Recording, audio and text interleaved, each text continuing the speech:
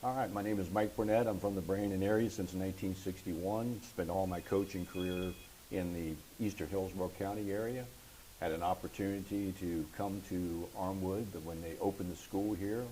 Was fortunate enough to get that opportunity, and that's how I arrived at Armwood. I arrived here, I guess the school was opened in '84, and stayed here until I think it was 88, 8 or 9, 89, and decided to go into administration. And then I moved into administration and ended up going over to Bloomingdale. Okay. So talk about that start. So we're sitting here in a field house that was opened up in the late 2000s. What was your starting experience like at Armwood when it came to facilities and the school itself? Well, I'll give you two brief things. When we were able to have a spring football before that fall when we actually lined up and played for real. But we didn't have a stadium, and the school wasn't even close to being finished. So we'd had our spring football before everybody else in the county at Brandon High School. And we actually spent about 2 weeks running our kids through a combine kind of thing, looking at their skills, testing their speed, their strength. We got all of our kids from Greco, and we got our kids from the Brandon area. There was a combination too. Most of the kids that would have come from Brandon to us didn't come. If they were a football player, they stayed at Brandon, and I didn't blame them for that. They grew up their whole lives, thinking I'm going to play for Brandon, and they stayed there. We had one or two came. So we spent a lot of time evaluating in that spring.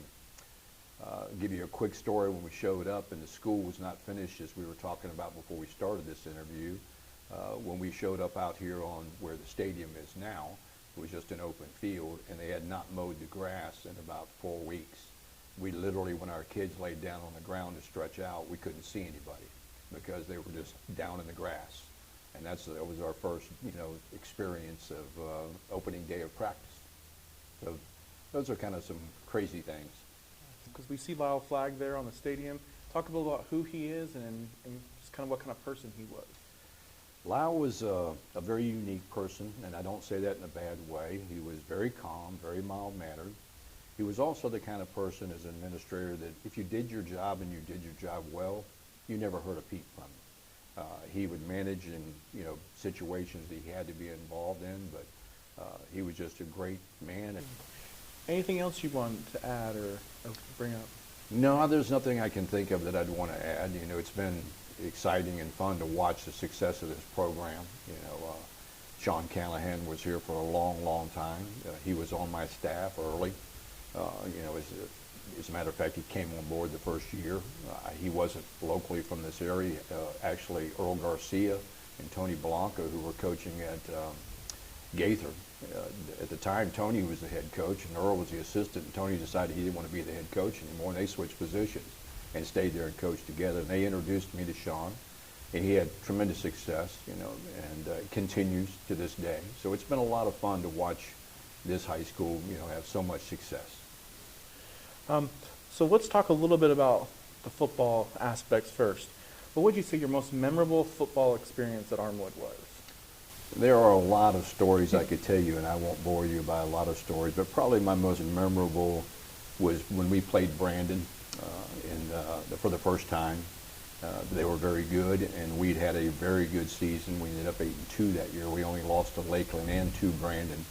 And we played Brandon in the last game of the season for the district championship.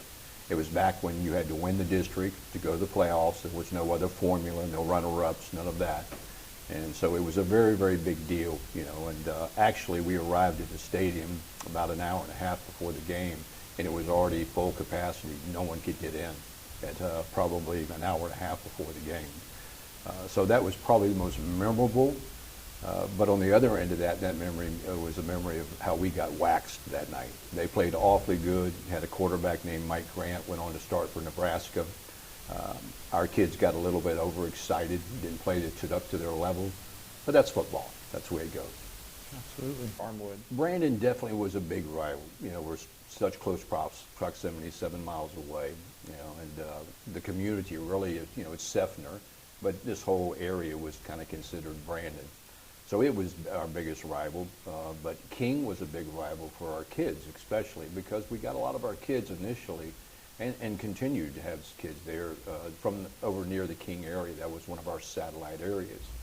they would have gone to King High School. So that meant a lot when those kids played against King. Initially, Gaither opened the same year as that Armwood opened. And so when we played Gaither, that was kind of a big rivalry because it was like, okay, we're both new kids. Who's the best new kid, so to speak? Right. What does it mean to you to be a Hawk? It means a lot. You know, I mean, it's been a long time. You know, I'm 7 years old. You know, I've been gone from Armwood High School since 1988. But it means a lot to be a part of a school that opens up and you get to start whatever happens at that program. Certainly it's gone far and beyond anything that I imagined it would have been, you know, but that was just a lot of fun, you know, to be a part of that start. And let's at East Bay as an assistant, and especially at Brandon, working there with Larry Bass when he was the head coach. And Larry and I grew up. We went to junior high school together, high school together. We ended up at the University of Tampa together. We also had another coach there, Buddy Rayburn, who's married to my cousin, and we played football together in University of Tampa. But when we went on to clinics, to colleges, to try to, you know, up our game and our knowledge and so forth, we were introduced to a last hit ceremony. And I don't know if they still do that here at Armwood, but that was something that we started. It was very emotional for our seniors, even for our underclassmen. And I thought that was a really neat thing to do. And I'm not sure if anybody really knows what a last hit ceremony is, or if Armwood's still doing it to this day. But that was really a neat part.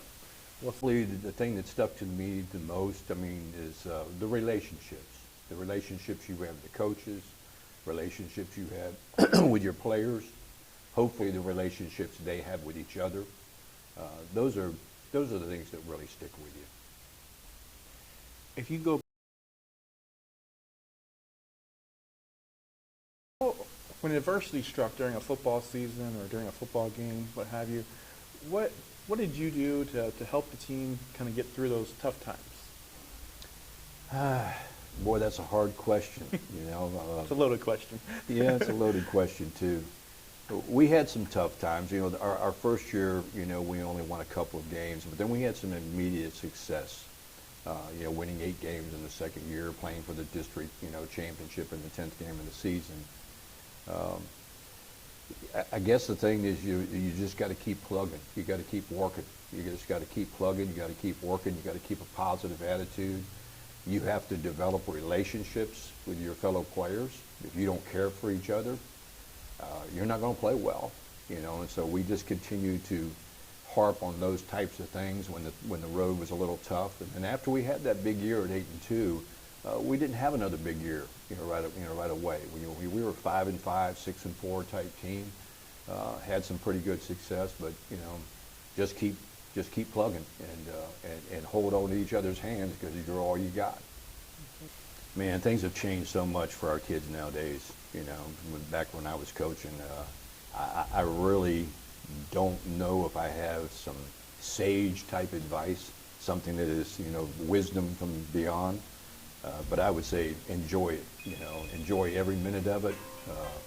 Don't get so wrapped up in, you know, everything that you don't treasure the moment that you're having. You know, there's a lot of kids get a chance to go on and play college football, and more than there used to be. You know, back when we were coaching here, there wasn't any opportunities in Florida except for Florida, Florida State, and Miami. There were no other football school platoon, you know, in A&M. So there wasn't a lot of opportunities. But I just, you know, I would advise the kids to treasure every moment that you're out here.